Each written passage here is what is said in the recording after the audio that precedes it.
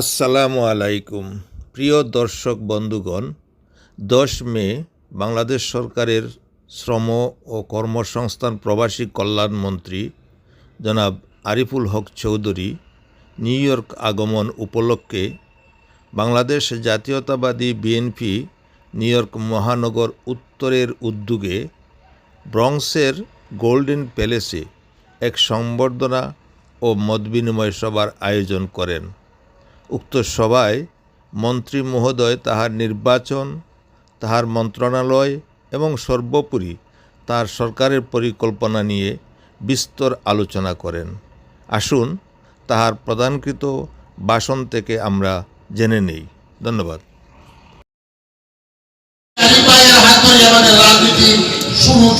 রাজনীতির সূচনা কেবল এই নিউইয়র্ককে বলা হয় বিশ্বের রাজধানী, আর এই যুক্তরাষ্ট্র হচ্ছে বিশ্বের। আজকের সভার বিশেষ অতিথিবৃন্দ, উপস্থিত আমার সামনে বিএনপি এবং সমর্থিত নেতৃবৃন্দ, আসসালামু আলাইকুম। আমি কারো নাম নিলাম না, এই জন্য অনেকের নাম মাইকে প্রচার হচ্ছে, আবার অনেকের নাম না জানার কারণে প্রচার হয়েছে। যাদের নাম প্রচার হয় না তাদের প্রতি সম্মান রেখে এবং যারা নাম প্রচার হচ্ছেন আমি এবং ইনশাআল্লাহ আমরা সবাই ইউনাইটেড প্ল্যাটফর্মে থেকে আমাদের দেশটাকে সামনে এগিয়ে নিয়ে আমরা দীর্ঘদিন এই সারিতে যারা সামনে যারা বসে আছে, আমি এখানে থেকে বহু মুভমেন্টে আমরা একসঙ্গে কাজ করেছি। এখানে বিএনপির বিভিন্ন কার্যক্রম, তার ছাড়াও সামাজিকভাবেও আমাদের বিভিন্ন সোসাইটি, বিভিন্ন অর্গানাইজেশনের সঙ্গে আমরা কাজ করি। কাজে এখানে আমি যদিও আপনারা আমাকে মন্ত্রী হিসাবে সম্বন্ধে আমি গণপ্রজাতন্ত্রী বাংলাদেশ সরকারের মন্ত্রী, কিন্তু আমি ফিল করতেছি আমি আপনাদের একজন ভাই, আমি একজন সদস্য। আমি আপনাদের যে মনের কথা মোটামুটি কিছুটা হলেও আমি উপলব্ধি করতে পারি, এই জন্য আর এখানকার অনেক সমস্যা সম্পর্কে আমি নিজেও অবহিত আছি। যাই হোক, আল্লাহ পাক রব্বুল আলামিনের দরবারে শুকরিয়া আদায় করি, তিনি আমাকে এখান থেকে যাওয়ার পরে আমি কাউন্সিলর, দেন মেয়র, দেন এমপি, আল্লাহ তাআলা আমাকে মন্ত্রী পর্যন্ত দিয়ে আসছে। এটা আপনাদের সকলের দোয়া, খাস করে আমার মায়ের দোয়া এবং আপনাদের সকলের দোয়া এবং সহযোগিতা। আর এর পিছনে যদি কারো শক্তি থাকে সেটা আজকে আমাদের মধ্যে নেই। আমাদের দেশ নেত্রী, আমার প্রিয় নেত্রী, যার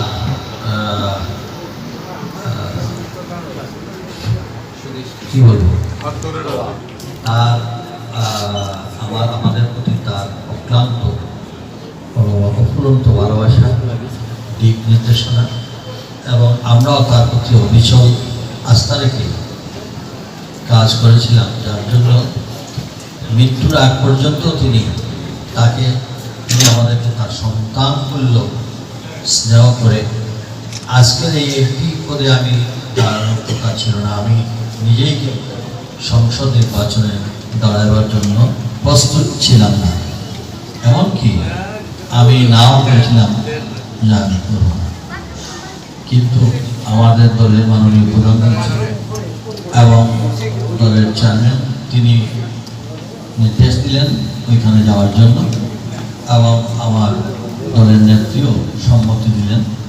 তখন আমি দল করে, যেহেতু দলের নেতার প্রতি নেতার নির্দেশকে আমরা সবসময় মেনে চলেছি এবং সেটাই আমি মেনে নিয়ে আল্লাহ পাক রব্বুল আলামিনের মেহরবানিতে মাত্র 1.5 মাস সেখানে কাজ করেছি। তারপরে ওই এলাকার জনগণের প্রতি আমি কৃতজ্ঞ।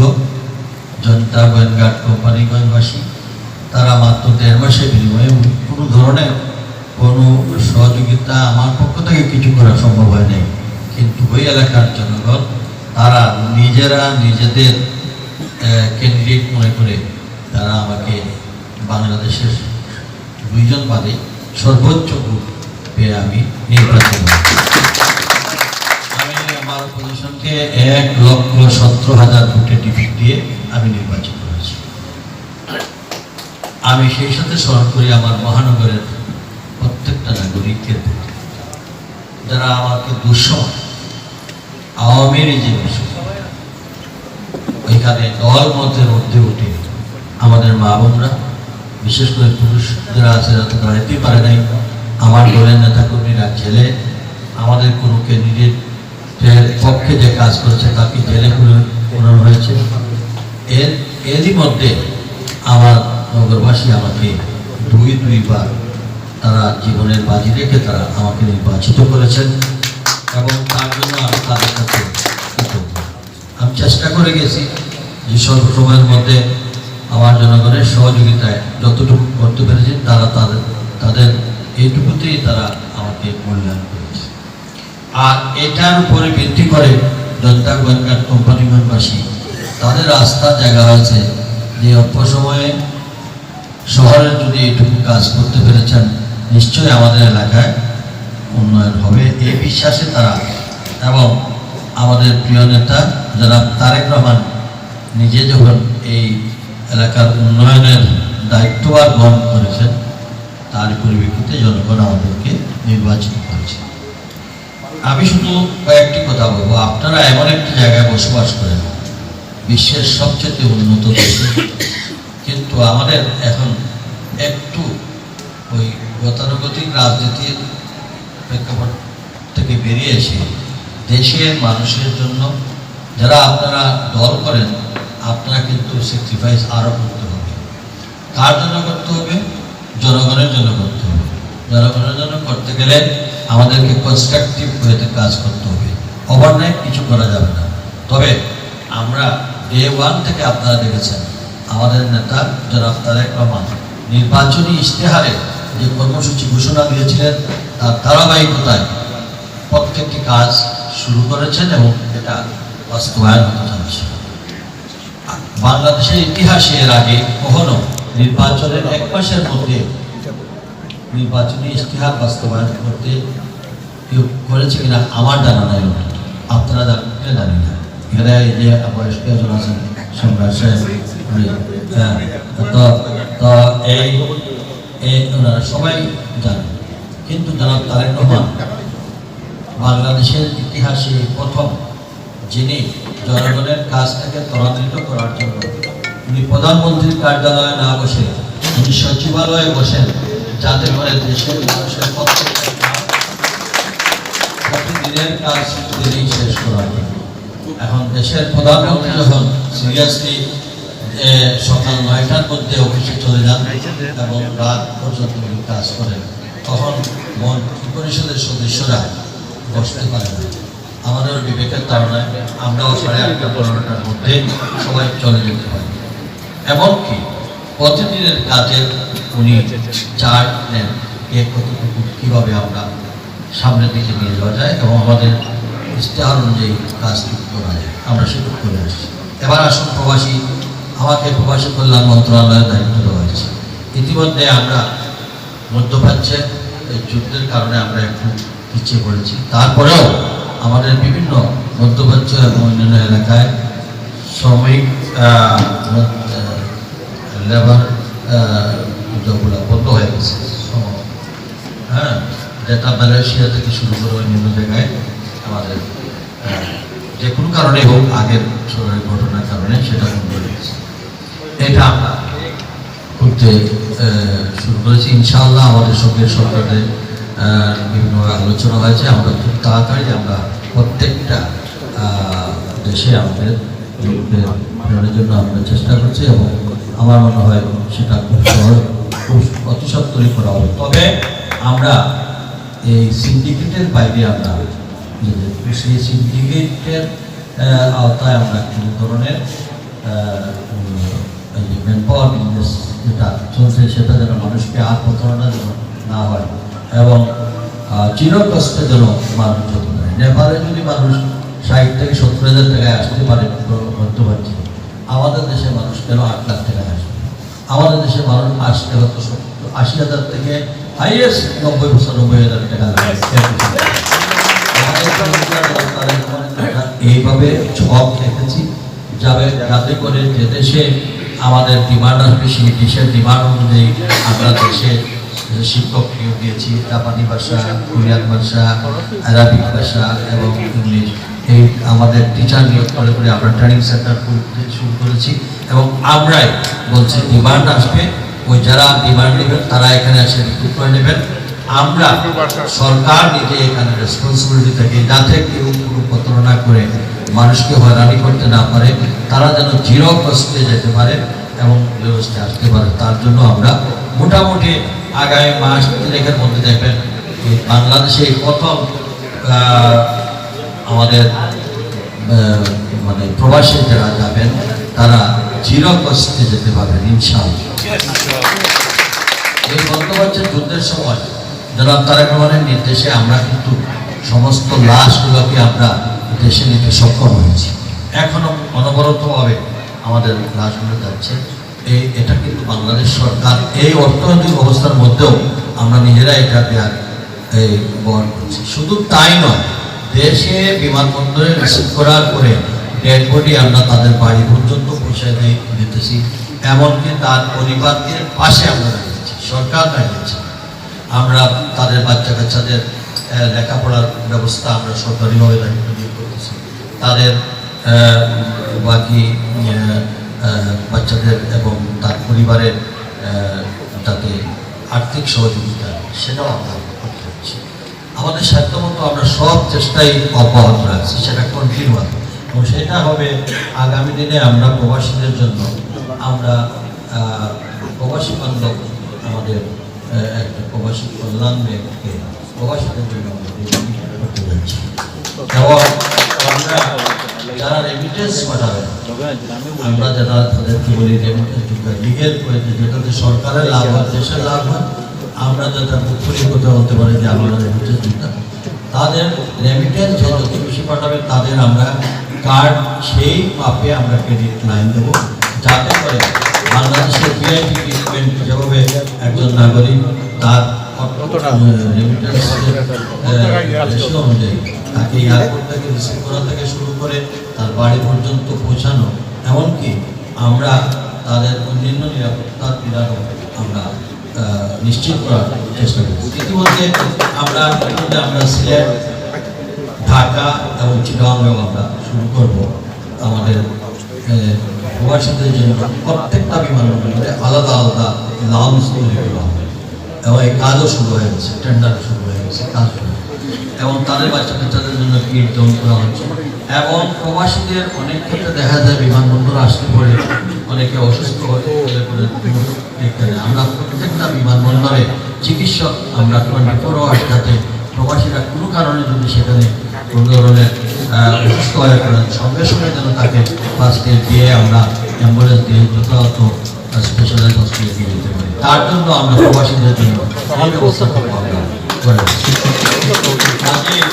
এরপরে আছে প্রবাসীদের সম্পদ নিয়ে কথাবার্তা, যে আমাদের জমি জমা এগুলা আমাদের মধ্যেও একটু পরিবর্তন আনতে হবে। এগুলা যতটুকু জমি জমা নিয়ে তাদের সম্পদ নিয়ে মারামারি মামলা মোকদ্দমা এগুলা নিজেদের আমরা দেখছি আমাদের পরিবার ভিত্তিক সমস্যাটাই আমরা স্বামী স্ত্রী অথবা ভাই ভাই অথবা চাচা ভাতিজা এই নিজেদের পরিবারের মধ্যে এইগুলো, তার জন্য আমরা চেষ্টা করতেছি কিভাবে আইনে পরিণত করে আমরা প্রবাসীদেরকে আমরা তাদেরকে লজিস্টিক সাপোর্ট দেওয়া যায়। এর জন্য আইন মন্ত্রণালয় থেকে একটা পরামর্শ নেওয়ার চেষ্টা করতেছি, যেখানে যে প্রবাসী কল্যাণ মন্ত্রণালয় বিভিন্ন জায়গায় আমাদের ম্যাজিস্ট্রেট আলাদাভাবে নিয়োগ করে কীভাবে এদের সমস্যাগুলো ত্বরিত গতিতে সময় এর সঙ্গে পুলিশেরও একজন যাতে তারা থানায় তুনায় না গিয়ে সঙ্গে সঙ্গে ওই ইউনিটে গেলে তারা সময় নিয়ে যেতে পারে না, গেলে বেশি 2 মাস 3 মাস 6 মাস থাকার সম্ভাবনা নয়। অতএব তাদের এই বিবেচনায় যাতে আমরা ত্বরিত গতিতে কাজ করতে পারি সেই ব্যবস্থা নেওয়ার জন্য আমি চেষ্টা করতেছি বিভিন্ন জায়গায় প্রবাসী অধ্যুষিত এলাকাগুলোকে কীভাবে এটা আইন মন্ত্রণালয় সহযোগিতা দিচ্ছি। তদুপরি আমি একটা কথা বলতে পারি, আমরা প্রবাসীদের রেমিটেন্স যেভাবে পাঠাবেন ঠিক তেমনি প্রবাসীদের জন্য এখানে আমরা শিডিউল ব্যাংক, যাতে এখানে যদি ব্যাংকে তাদের সিকিউরিটি এবং কোনো ইনভেস্টার উপরে ইনভেস্ট করলে সবচেয়ে বড় আতঙ্ক প্রবাসীদের, যে আমি টাকাটা ইনভেস্ট করলাম কিন্তু আমার টাকাটার সিকিউরিটিটা, আমাদের সিকিউরিটিটা কি, টাকা দিলাম এটা ইন্ডাস্ট্রি, দেখা গেল আমাদের টাকাটা মেরে চলে গেছে। এই সিকিউরিটিটা চাচ্ছে প্রবাসীরা তার টাকা ইনভেস্ট করবে তার লিগেল, কিন্তু কোনোভাবে যেন টাকাটা মাইর না খাওয়ার জন্য সরকারের পক্ষ থেকে কীভাবে সিকিউরিটি বন্ড দেওয়া যায় এই নিয়েও আমরা আলোচনা করছি। আশা করি আমরা, যেমন আজকে আমাকে অনেকে বলছেন বসুন্ধরার কথা, বসুন্ধরায় অনেকের প্লট বেকার, আমরা ইনশাআল্লাহ উত্তরের গতিতে এবার সিদ্ধান্ত নেব ইনশাআল্লাহ। প্রবাসীদের কোনো আমি চেষ্টা করতেছি, আমি আপনারা এখান থেকে গিয়ে আমি চেষ্টা করবো আমার মন্ত্রণালয়ের একজন যুগ্ম সচিবের নেতৃত্বে আমরা একটা সেল গঠন করবো, এবং এই মুখে কথা বললে হবে না, আমরা একটা ইমেল দেব, আপনারা এখান থেকে ইমেইলের পার্টিকুলার দেবেন, আমরা এটা ইনকোয়ারি করে আপনাকে রেজাল্ট জানাবো, যাতে করে আমরা বিভিন্ন মিডিয়ার মাধ্যমে আমাদের এই হটলাইন, আমাদের এই নির্দিষ্ট কর্মকর্তার নাম এবং সুশিষ্ট থাকে, আমরা তখন একজন যুগ্ম সচিবের নেতৃত্বে যদি এটা হয়ে থাকে, সে বাংলাদেশের সব জায়গায় ডিসি মিসি যারা আছে এদের সঙ্গে কোয়েরি করে আমাদের রিপোর্টটা দিতে পারবে। তাহলে আমরা ইমেইলে হলে হবে কি, ইমেইলের রেকর্ড থাকে, আপনিও অস্বীকার করতে পারবেন না, আমিও অস্বীকার করতে পারবো না, এবং ইমেইলের রিপোর্টটা যদি আমি সঙ্গে সঙ্গে দিতে পারি, তাহলে আমরা সবাই যে আমি একটা বিষয়ে উপস্থাপন করে একটা রেজাল্টটা আমরা ইমেইলের মধ্যে পেয়ে গেছি। আর আমাদের নেতৃবৃন্দরা যেখানে আছেন, এখন এই সরকার কিন্তু জনবান্ধবের সরকার, এখানে বিলাসিতার কিছু নাই, এবং আমার মনে হয় দীর্ঘদিনের এই পুঞ্জীভূত সমস্যা আমরা ওভারনাইট সমাধান করতে পারবো না, তবে ইনশাআল্লাহ আপনাদের সহযোগিতা থাকলে আমরা গ্র্যাজুয়ালি ইনশাআল্লাহ এটা আলাদা একটা পরিবর্তন আপনারা দেখতে পাবেন। আমরা চাই সমাজের বিশৃঙ্খলা থেকে আমরা বেরিয়ে আসা, এবং পিছনের দিকে আমরা কাদা ছোড়াছুড়ি না করে দেশটাকে সামনের দিকে করে নিয়ে যাওয়া যায়।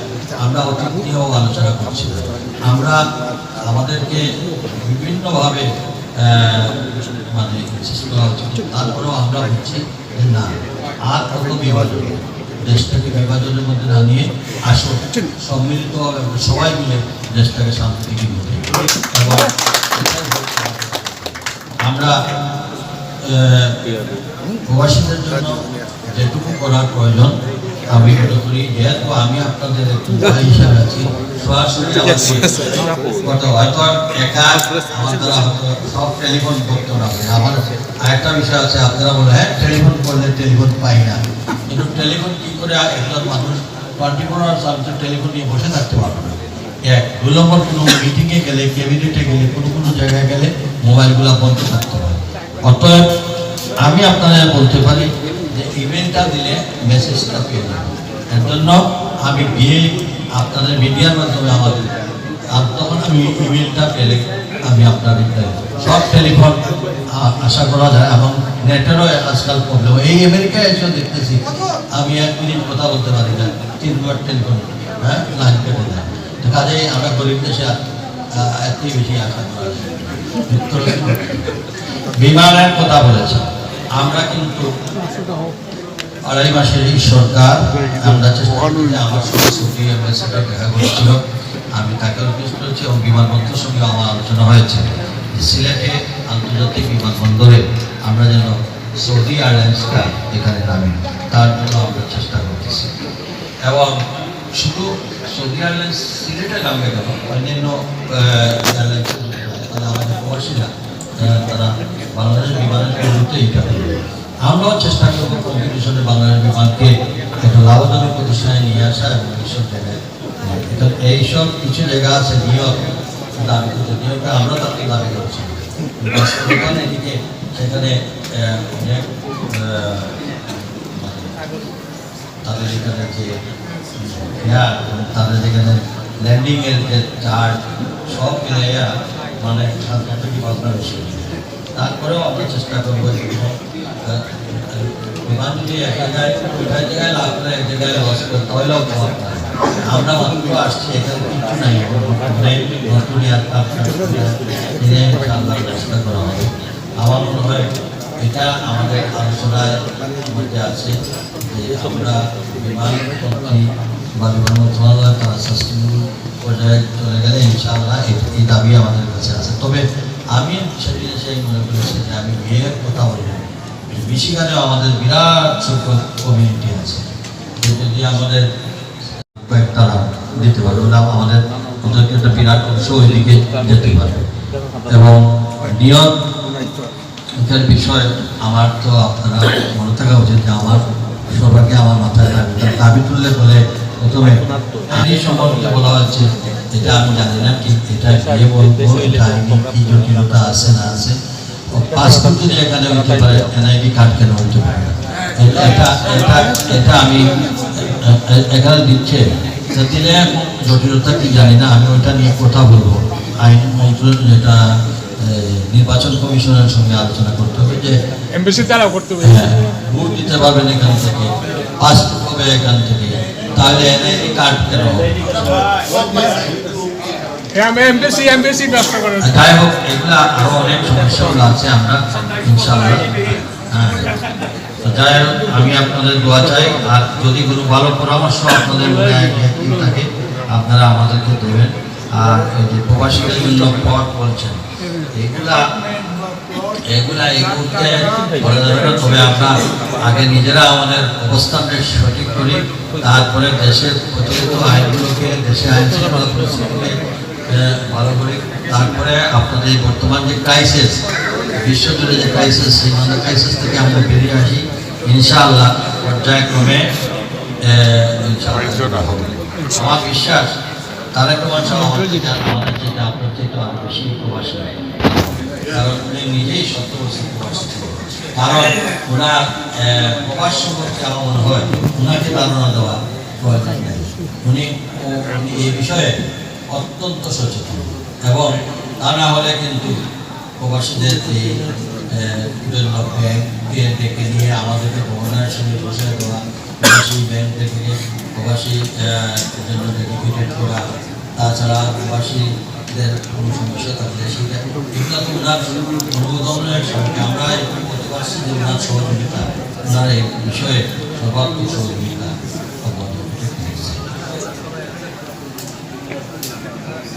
এটা। এবং দলীয়ভাবে আমি নিয়ে কথা বলবো, আমি চেয়ারম্যানের সঙ্গে কথা বলবো যে যুক্তরাষ্ট্র বিএনপি কেন হবে না, বিএনপি আমরা করতে গিয়ে অনেক জায়গায় মিটিং হইলে মানে কোনো একটা মিটিং, আজকে আমি অত্যন্ত আনন্দিত যে এই মিটিং দেখে আমি গিয়ে বলবো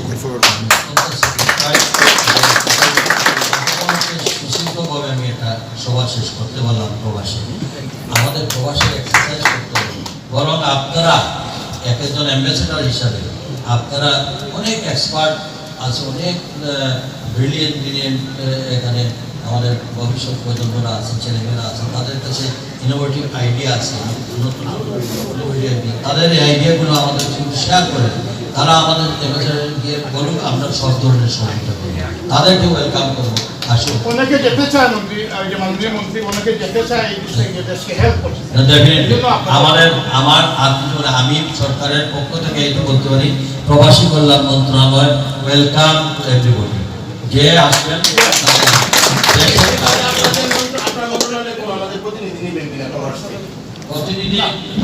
প্রতিনিধি নেওয়ার এখানে সরকারি প্রবাসীদের ডিমান্ডগুলো যদি আপনারা এই ধরনের যে নেতৃবৃন্দ আছে ওদের কাজ করেন, ওনাদের কাজ অত্যন্ত দলের জন্য, দেশের জন্য কাজ করে, এর জন্য তো বিএনপির কমিটি ওনারা রিপ্রেজেন্ট হিসেবে নিয়ে যাবে, এরাই তো আমাদের প্রতিনিধি।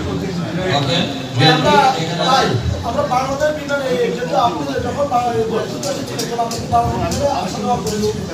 আপনারা দেশে চলে গেছেন, আমাদের চলে গেছে, আমি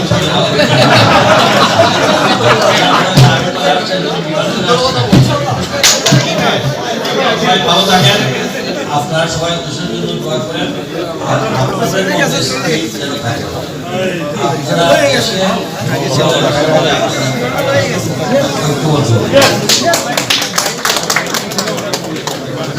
থাকবেন।